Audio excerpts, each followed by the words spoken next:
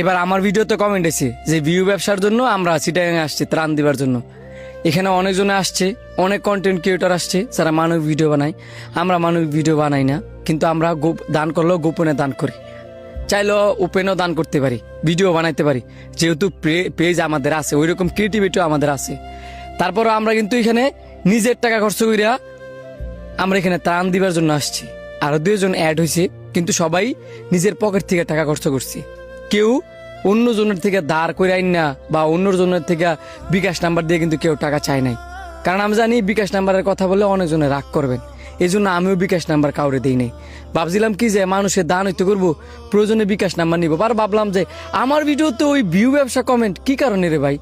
আমরা এখানে নৌকা বাড়ান আস্তে আস্তে বাড়ান, আমরা এখানে ত্রাণ দিতে আসছি।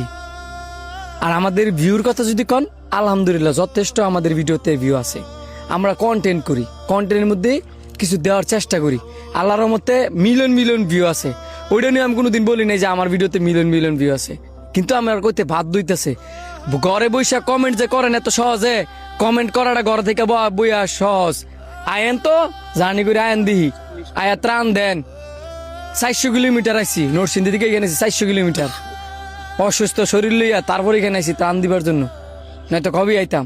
এটা কি এমনি এমনি মনের একটা টান আছে যে বাস মুয়ার কয়দিন, এত টেবসে দেখি যে কয়টি ইনকাম করি। এত সহজ না দুনিয়া। ঘরের ভিতরে বসে অনেক আজে বাজে কমেন্ট সবাই করতে পারে, আমিও চাইলে ঘরে বসে বসে কমেন্ট করতে পারি। কিন্তু যেসব মানুষ এসব আজেরা কমেন্ট করেন, ওই সব মানুষের জীবনে কিছু করতে পারবেন না। যারা মানুষকে দেখতে পারেন না, তাদেরকে আল্লাহ পাক দেখতে পারে না। আপনি যেমন আল্লাহ পাকের সৃষ্টি, আমিও কিন্তু আল্লাহ পাকের সৃষ্টি। যারা এখানে আসছে তারাও কিন্তু আল্লাহ পাকের সৃষ্টি। আপনিও ভিউ ব্যবসা করেন, আসেন এখানে ত্রাণ দেন, 10টা মানুষের ত্রাণ দেন।